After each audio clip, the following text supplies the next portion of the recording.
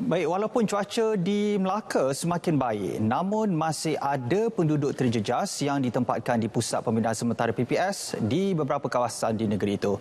Angkatan Pertahanan Awam Melaka bukan sahaja membantu menyelaras PPS untuk penduduk terjejas banjir, malah agensi itu turut membantu dalam proses pasca banjir. Kita bersama Farah Huda Sahiran di Jasin untuk butirannya. Silakan.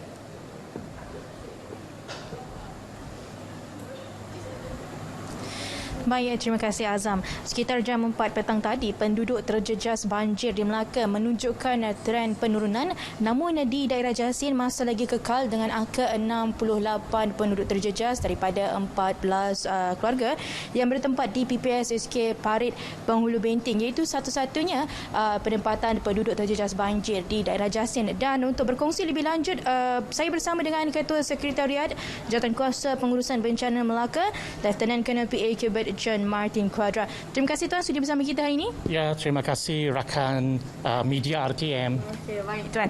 Jadi Tuan, bagaimana keadaan banjir di daerah Jasin ketika ini Tuan? Kalau boleh kongsikan. Ya, kalau kita lihat sekarang ni ya, keadaan cuaca semakin baiklah ya. Kelihatan cerah dan kita harap sangatlah ia akan berterusan. Daripada 7 kawasan yang terjejas, ada 2 lagi sebenarnya yang masih lagi kejadian air termenung ya. Jadi kita harap sangat mungkin dalam beberapa hari lagi dari sekarang ni ya mungkin akan surut, yang itu yang kita harapkan lah. Tetapi pada asasnya kawasan daerah Jasin ini masih lagi dalam terkawal sebenarnya. Ya. Okey, baik Tuan, seperti yang kita maklum, beberapa PPS telah pun ditutup dan ada juga penduduk yang sudah pulang ke kediaman masing-masing. Jadi mungkin ada misi bantuan pembersihan pasca banjir di kediaman mangsa yang terjejas daripada APM. Ya, sudah tentu di peringkat Angkatan Pertahanan Awam Malaysia, khususnya di negeri Melaka ni ya. Praktiknya kita akan adakan sebenarnya pasca pembersihan sebenarnya premis kediaman mangsa banjir lah, yang itu sebahagian daripada kita punya aktiviti untuk nak pastikan ya kita bersama dengan penduduk yang terjejas, sekurang-kurangnya kita dapat bersama secara gotong royong untuk nak memastikan bahawa kediaman rumah tersebut kita dapat bersih secara bergotong royong ya, sekurang-kurangnya meringankanlah masalah dan juga beban yang dihadapi pada ketika ini ya. Jadi ini merupakan aktiviti yang sangat murni lah sebenarnya ya, aktiviti pasca pembersihan premis rumah dan juga kawasan halaman rumah ya. Tidak.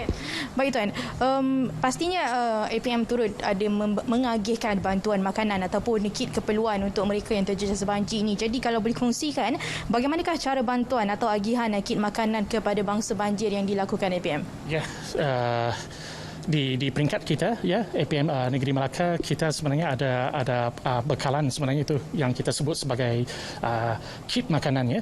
Kebiasaan kit makanan ini kita akan serahkan kepada ketua isi rumah sebenarnya untuk setiap keluarga. Ini adalah bekalan sebenarnya bila masa tempoh berada di dalam pusat pembinaan sementara ini, bila dah dibenarkan ataupun keadaan kawasan rumah clear dari segi paras air tersebut bila dah surut, so bila penduduk dah dibenarkan untuk kembali ke premis kediaman masing-masing, so kita akan bekalkan kit makan untuk dibawa ke rumah masing-masing lah ya. Okey baik Tuan, terima kasih di atas penerangan yang diberikan itu tadi. Jadi kepada penduduk terjejas banjir, tidak kira di mana anda berada, sila pastikan anda mengambil makanan dan minuman yang bersih untuk mengelak sebarang kes keracunan makanan berlaku selepas pulang ke kediaman masing-masing. Jadi saya kira sekian saja lintas langsung dari Melaka berkenaan dengan situasi banjir di negeri ini. Kembali semula ke rakan setugas di Angkasa Puri. Teruskan Azam. Baik, terima kasih Farah Huda. Baik, di negeri 9